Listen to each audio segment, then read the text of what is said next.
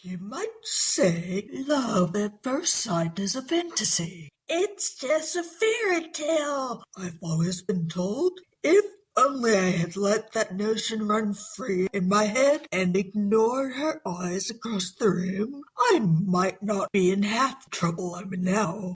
Okay, probably not. Most of my actions came out for trying to be a decent person, which is something I tried to pride myself on being. And the night being what it was, I probably had a drink or two that was fueling my system, eradicating any logical fears or plain self-doubts.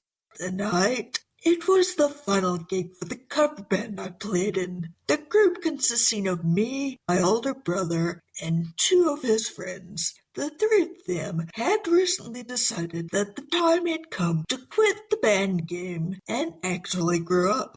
I myself wasn't all that eager to sit down my guitar. I could still envision my name in lights across some major stadium billboard. I might not have had the voice that would attract the screaming little girls, but I can piece together music and write a clever enough lyric or two to entertain a clever audience, if you'll let me be the one to judge.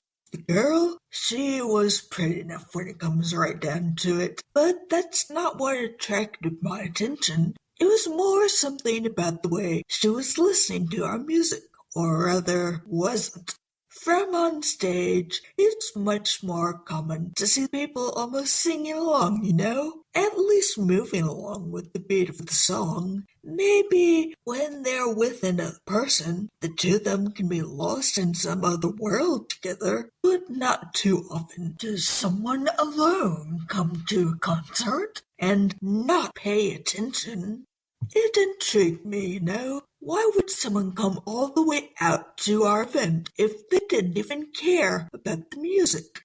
Although thinking that way made me realize that our show wasn't much of a concert for anyone other than me and my bandmates. It wasn't likely we'd even been a factor in her coming here. For nearly everyone else that could hear us, we were nothing more than a few local nobodies who were filling the stage when no star act had been hired.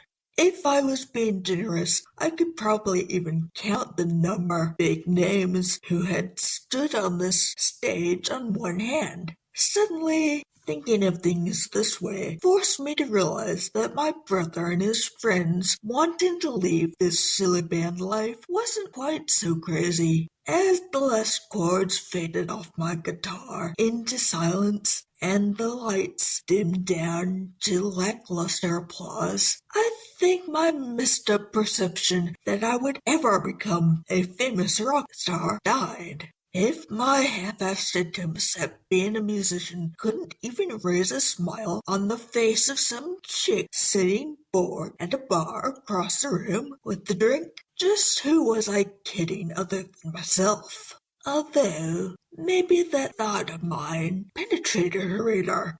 Her eyes came up to meet mine first time, and suddenly she smiled. She looked down at her watch as the stupid grin lit my face, but my silly die wasn't missed. At least, not missed by my smirking brother. Pete clapped his hand on my shoulder as I knelt down to start picking up electrical cords from our equipment. Just go to her, doll, he smirked. We can pick up here. Who knows if any of us will ever get this chance again?